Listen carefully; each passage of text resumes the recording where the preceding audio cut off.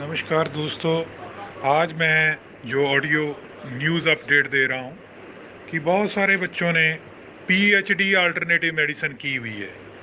अब PhD alternative medicine जो की है वो ऐसे इंस्टीट्यूशन से की है जो कि आज एग्जिस्ट ही नहीं करता। वहाँ वेरिफिकेशन जाएगी तो एग्जिस्ट ही नहीं करता।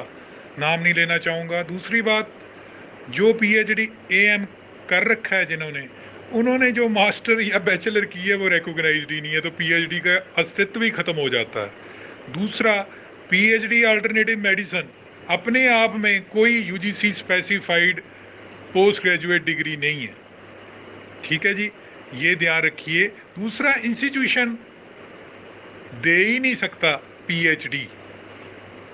इंस्टीट्यूशन पीएचडी का अधिकार नहीं रखता, जैसे कि यूनिवर्सिटी रखती है। उन पे भी रेगुलेटरी बॉडी है, अभी कितनी पीएचडी देनी है, कितने गेस्ट फैकल्टी रखनी है, रेगुलर करना है।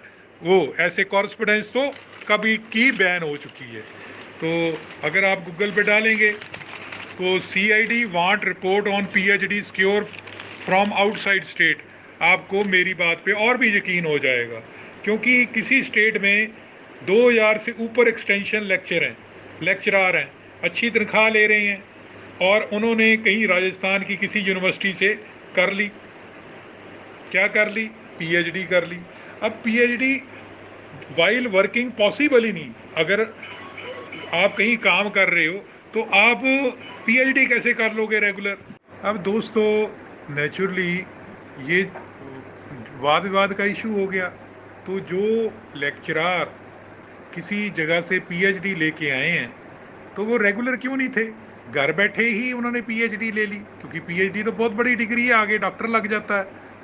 तो ये सीआईडी जो है, एक स्टेट डिपार्टमेंट की क्राइम इन्वेस्टिगेशन डिपार्टमेंट ने रिपोर्ट मांगी है डिस्ट्रिक्ट ऑफिस से, तो कि भी हमें बताओ, वेरिफिकेशन करो। क्योंकि जो रेगुलर बच्चे उस स्टेट के पीएचडी करते हैं रेगुलर यूनिवर्सिटी से, तो वो तो बेचारे टेस्ट देते हैं नेट का, एमफिल करते हैं, मर मर के उनका नंबर आता है, तो जाके वो बेचारे आगे नौकरी के लिए एलिजिबल होते हैं। तो नौकरी के लिए एलिजिबल ना होना, नौकरी के लिए ना एलिजिबल होना और ऐसे लोगों का उनके ऊपर हावी हो जाना जो पीएचडी ऐसे प्रक्योर करके कॉरस्पोंडेंस में लेके आए हैं, तो नेचुरली उनको तकलीफ होगी।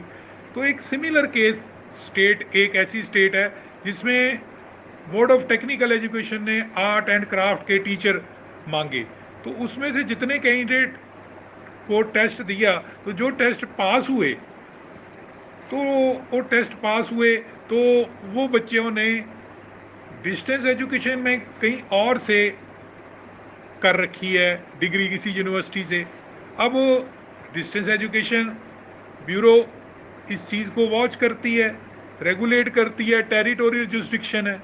तो नेचुरली किसी ने बताया होगा, उनको इन एलिजिबल कर दिया गया कि आप इन एलिजिबल हो बिकॉज आपने आपने प्रक्योर की है, या हम उसको प्रॉपर लीगलाइज चैनल से वो वाली डिग्री नहीं मानते। यूनिवर्सिटी बड़ी ब्रांडेड है, मगर नेचुरली स्टडी सेंटर जो था वो टेरिटोरियल जुरिस्डिक्शन से बाहर था।